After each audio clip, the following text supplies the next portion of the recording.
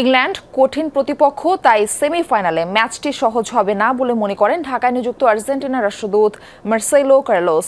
যমুনা টেলিভিশনকে দেয়া সাক্ষাৎকারে রাষ্ট্রদূত জানান, ম্যারাডোনার প্রতি শ্রদ্ধা জানাতেই সেমিফাইনালে নীল জার্সি পরে খেলবে আর্জেন্টিনা।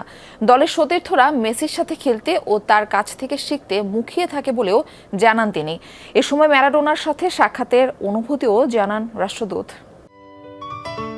সিলন টি রপ্তানিতে শীর্ষে। That who is the best, Messi or Ronaldo? Very easy question. Messi. Far, by far. Yes.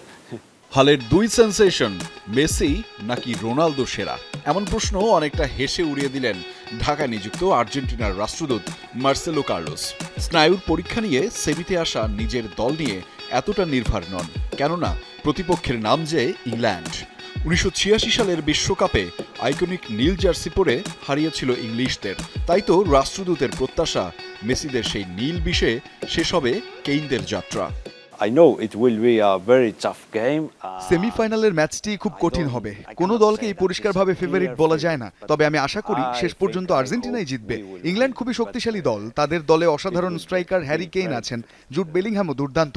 ঠিক কী কারণে নীল জার্সি পরার সিদ্ধান্ত তা আমি জানি না, তবে এটি অবশ্যই ম্যারাডোনার প্রতি এক ধরনের শ্রদ্ধা নিবেদন হবে। আমাদের কাছে ম্যারাডোনা সবসময়ই অনুপ্রেরণার উৎস, এমনকি মেসিও তার কাছ থেকে অনুপ্রেরণা পেয়েছেন।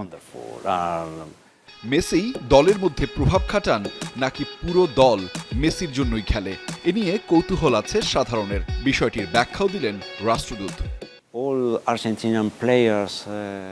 আর্জেন্টিনার সব খেলোয়াড়ই বলেন মেসির সঙ্গে খেলতে পারা তাদের জন্য সৌভাগ্যের বিষয়। তারা তার কাছ থেকে প্রতিনিয়ত শিখছে।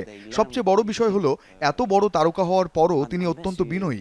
39 বছর বয়সেও তিনি কঠোর পরিশ্রম করে চলেছেন, ফলে তার সঙ্গে তাল মিলিয়ে খেলতে হলে অন্যদেরও বাড়তি পরিশ্রম করতে হয়। When they see Messi.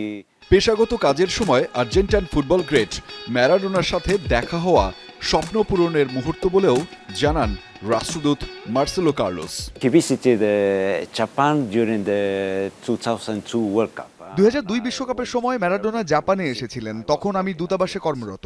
বিমানবন্দরে তাকে অভ্যর্থনা জানাতে যাওয়ার সুযোগ হয়েছিল আমার। সেখানে তার সঙ্গে কিছুক্ষণ কথা বলার সুযোগও পাই। তিনি ছিলেন অত্যন্ত আন্তরিক, বিনয়ী এবং সবার জন্য উন্মুক্ত একজন মানুষ। তার একটি অটোগ্রাফও নিয়েছিলাম। আমার জন্য সেটি ছিল স্বপ্ন পূরণের মতো একটি মুহূর্ত। তবে এখনো মেসির সাথে সাক্ষাতের সুযোগ হয়নি। অনেক মানুষেরই তো সেই সৌভাগ্য হয় না। মেসি বিশ্বের নানা প্রান্তে খেলেছেন, আশা করি একদিন নিশ্চয়ই দেখা হবে। It was kind of dream for me.